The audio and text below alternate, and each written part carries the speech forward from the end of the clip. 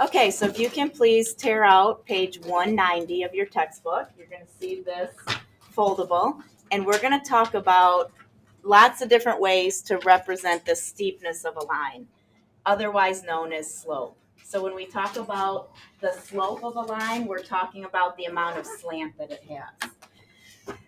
All of these words, slope, rate of change, unit rate of change, and constant of proportionality, all are the same word meaning the same thing. All of these words represent the steepness of a linear equation. So we're going to start over here with rate of change from yesterday, and we're going to use the example that we did yesterday. Remember that Jack and Jill went up that hill 4 yards in 3 seconds. That is a rate of change. A rate of change is just a way to compare two variables. So in our scenario yesterday, we were comparing the variables distance and time. Okay. Last year, you spent a lot of time doing rate of change, and you might have done something like this: miles per hour, 210 miles in 2.5 hours. Those are examples of rates of change. Okay, so notice when you have a rate of change, you have to have these units on here.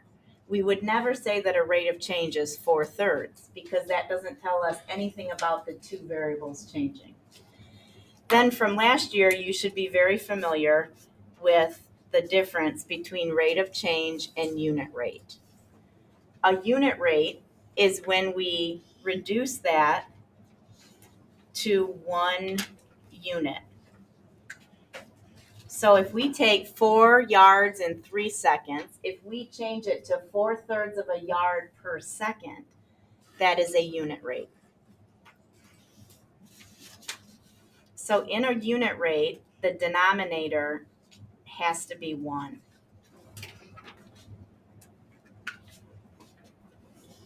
Okay, and you guys talked about this a lot last year, and the reason unit rates are important is for comparison's sake. So my daughter began driving, and she's very concerned about prices of gas. And she might come home and say, "Oh my gosh, gas is $3.49 a gallon." And I'm like, "Well, don't get gas right now then. Wait until you go to Flint in a couple days, because in Flint, the gas was $12.50 per 4.25 gallons." And she's like, "What are you talking about?" I'm like, "Yeah, just get gas in Flint. It's $12.51 for 4.25 gallons." Why does that not make sense to her or you guys? Because they're different amounts of gas. They're different amounts of gas, so we can't make a comparison. Yes. Okay, so use your calculators, please. Can you turn $12.51 per 4.25 gallons into a unit rate? What did you get, Vivian? Louder. 2.94. Okay, so when she actually does the math, she would say, "Oh yeah, you're right, Mom. $2.94 a gallon is way better. I'm going to wait till I get to Flint to get gas." Do you remember doing that last year? Taking a rate and changing it into a unit rate so that we could compare them. So a unit rate, again, is just a rate of change where the denominator is 1 something, 1 second, 1 gallon. Okay, so is 4 yards per 3 seconds the same as 4/3 of a yard for 1 second? Yes, they are the same. They would still represent the same graphs and so forth, represent the slope of the line. This is also known as your constant of proportionality. So our constant of proportionality is going to be that rate of change or that unit rate. But when we deal with writing an equation, we drop the units off. So we don't use 4 yards and we don't use seconds. So we drop those off and we just write the equation y equals 4/3 x. Okay. All right, one of the objectives today when we play our game in just a minute is you need to be able to look at a table of values and figure out what that rate of change is.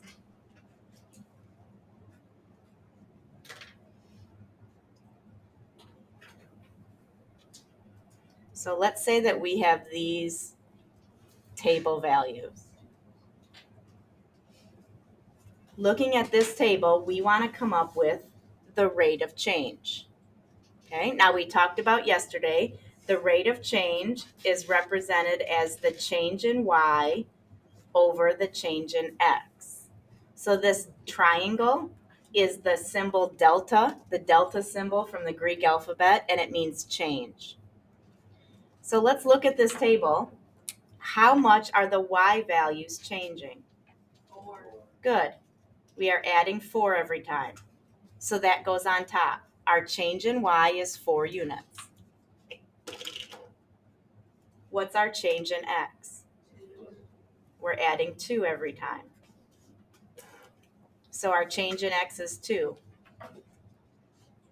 So our constant of proportionality is 4 over 2, which can be reduced to 2 over 1, which can be written just as 2 in our equation. So we just reduce this number, change in y over change in x, and our equation would be y equals 2x and then something else. But the 2 goes in front of the x as the slope, as the rate of change. Okay? All right, so slope is how we describe the slant of a line.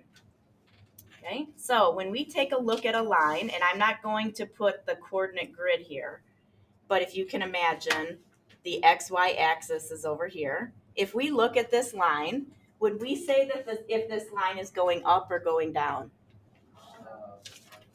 All right, so when we look at a line, you read it from left to right. So your eyes always have to start on the left. So if you imagine a little person on this line on the left, if they were crawling up it, they would be going uphill. So we say that this line has a positive slope. Okay? A line that goes like this, and put it exactly the way I am because I'm going to make a picture here. Notice that we have to start on the left. So if we put someone way up here, they would be going downhill. This is considered a negative slope.